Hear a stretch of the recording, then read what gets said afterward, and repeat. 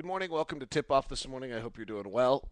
Thanks for grabbing this on iTunes at Locked On Jazz or 1320 KFan or Locked On Jazz, wherever it is you grab it. Always feel free to send me suggestions. We're trying to get the podcast up and running this season. It's going to be a little tougher. Wednesdays, PK and I have been doing PKI. That will continue. I'm trying to find one or two other people that I do a weekly podcast with, and then maybe just go around the league and check in with some buddies every now and then or things of that sort.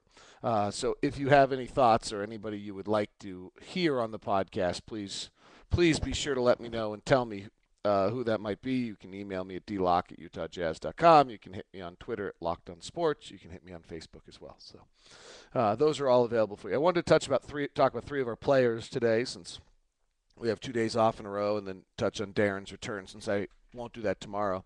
The three guys I want to talk about. Let's start with Paul Millsap. He really is doing a masterful job of evolving as a player. And it's subtle, but he really is fitting into the adding something to his game every year.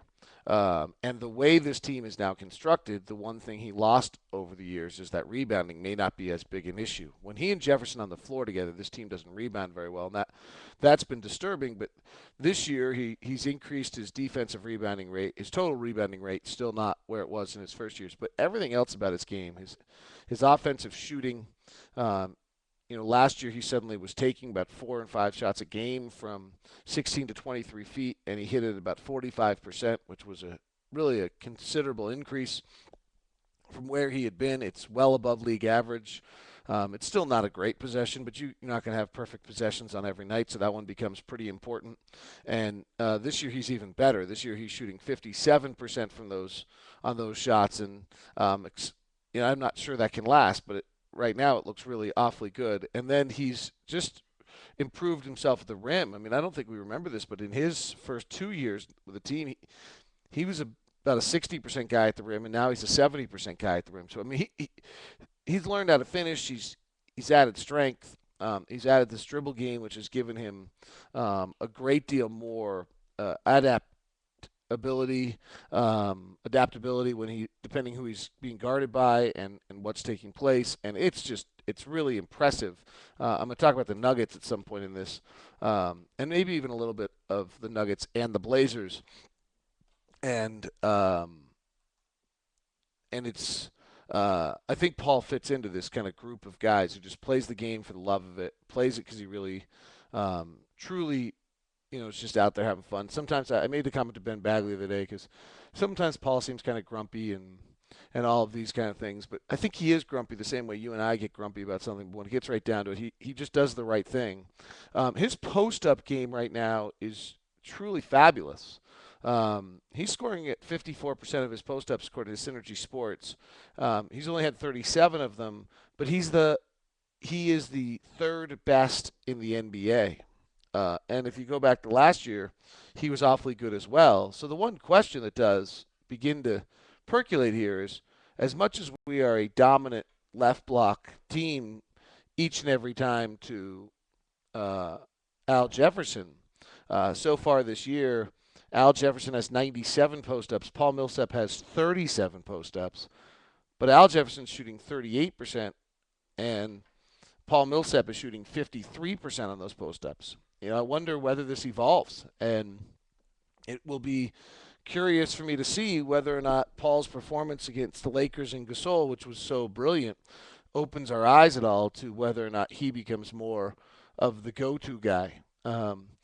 It's funny, we've talked so much about lineups and all of those things, but I don't always love the Jefferson-Millsap combo. I don't feel like it rebounds particularly well. It's probably for other reasons involved. Its plus-minus has always been very poor and things of that sort. And so you almost wonder if Favors really just needs to become a complementary big who plays with these two guys, can be at the rim, catch passes, get rebounds, get an occasional post up when he needs to, and there's some way to be doing that with with Cantor right now, with Favors and even with Cantor a little bit as time evolves. So it's interesting. Paul is not giving up any minutes. Frankly, Al's not giving up any minutes, and the two young kids are earning minutes, and there aren't enough. We talked about it a little bit yesterday. It's why that Memo trade, as sad as it was to see Memo go, is really a pretty darn intelligent move by Kevin O'Connor, and it's going to work out very well for the franchise because it's opening up those minutes. But Paul really just, from when he added the outside shooting game to getting stronger and better at finishing at the rim to now having a really nifty dribble drive game, these are really impressive evolutions in his game. He deserves huge credit for it. The only time he really at this point is outmatched is just if he's got a LaMarcus Aldridge or someone like that in the post. He's just too small to defend them. And that was an issue last year, but that also could have been an issue because there were some defensive schemes which were not highlighting and being used necessarily the best for each guy. And what we're doing defensively now seems to be working much better for Big Al and for Paul. So just a huge tip of the hat to Paul, the way he's played, the way he's earning his minutes on the floor, what he's putting out there. His shooting percentage continuing to increase. It's fabulous. And, in my whole ongoing conversation of the most efficient use of possessions, Milsap has been always more efficient than most of our other guys and probably deserves, probably improve our team a great deal if we gave him 3 or 4 extra possessions a night. And it would be interesting to see if we started force feeding him whether he could maintain this efficiency. And I'm beginning to think he could. Two guys that are struggling, Gordon Hayward and Devin Harris, worth a look. Really, what it comes down to on Gordon's just missing shots he made a year ago. There's nothing more complicated than that. On spot-up shooting this year, according to Synergy Sports, he's 13 of 35 and 5 of 24 from 3. 5 of 24 from 3. That stroke is just not on right now. And last year, those numbers were, it was 28 of 56. He was 50%, which was probably somewhat unrealistic. And as we talked about, I think, yesterday on Tip-Off, if you put his 82 games he's played in his career together now, that's a pretty good little run. This is not uncommon. If you look around and see what's happening with second and third year players, those and rookies obviously, those are the players that seem to be having the biggest difficulty coming out of the lockout. DeMar DeRozan, who was the same pick as Gordon, number 9 the year prior, is shooting just 41% right now, and suddenly was on the verge of being an 18-point-a-game scorer and is not getting in double figures. The 6th pick of Gordon's draft, Epe Udo, we've seen him play a little bit, but he really is getting nervously for the Warriors, close to being a non-factor. Wesley Johnson is struggling a little bit.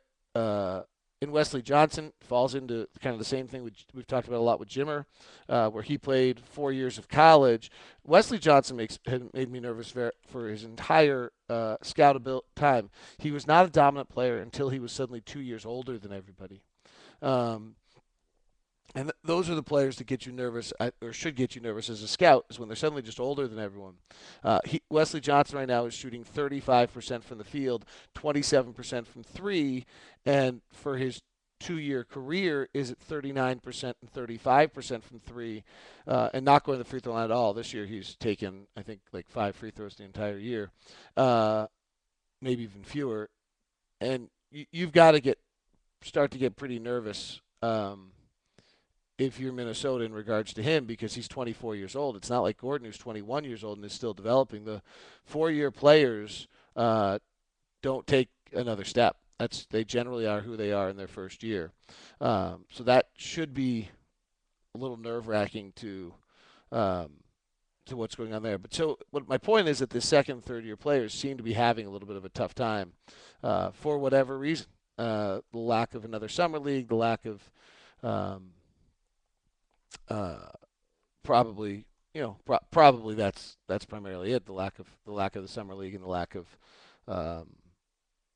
the just not getting that workout that they've had once before. Then the other, so Gordon's just not hitting those shots. I would suspect, and as I've said before, and I will do this for you on Locked On Jazz. I would look at things this year, games 7 through 16, 17 through 26. And when we get to those numbers, I will start printing 10 games sequences and let everyone look at those numbers. And I've built the spreadsheets for them because I think that's really going to be very important this year. The next one, Devin Harris. I found something interesting. Devin Harris, when he's been good, has scored in two ways: transition and being the ball handler on the pick and roll. And we've slowed down considerably in the last week or two, and it's made us a better team. And a lot of, as I keep talking, I was trying to figure out what I meant when I heard scouts saying that they were really impressed by the way Devin was playing the game correctly and giving the Jazz what they need and getting them into sets, not to his own benefit.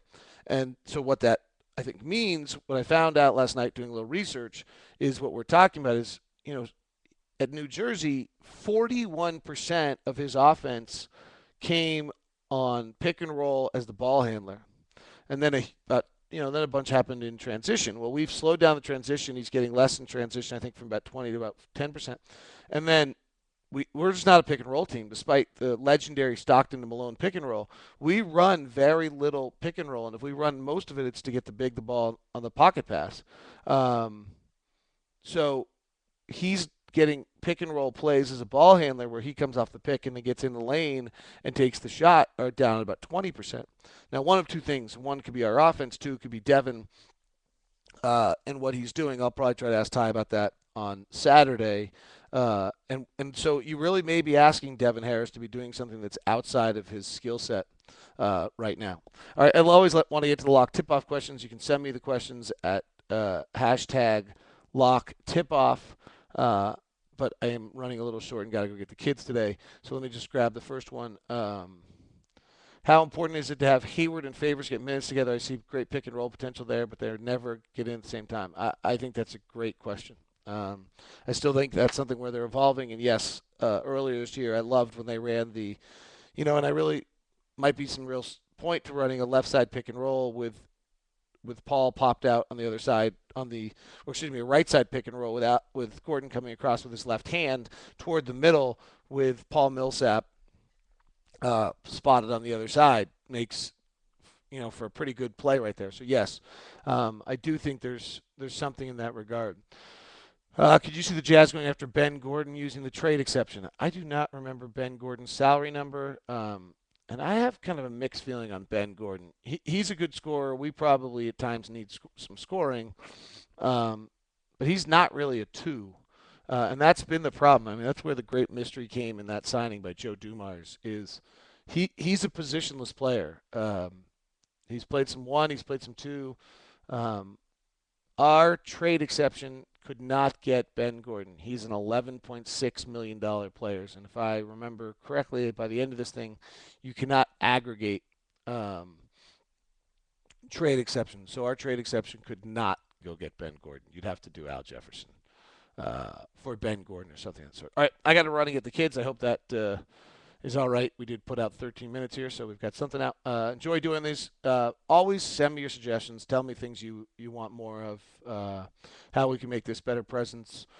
Really trying to modify things so you can choose what time you want to get them. It's interesting to me how many people are watching these YouTube videos post 10 o'clock at night, watching and listening to this post 10 o'clock at night. So I'd love some insight of when you listen to stuff, what it is you want, things of that nature. Always send that to me. Maybe I'll put a post up on Facebook.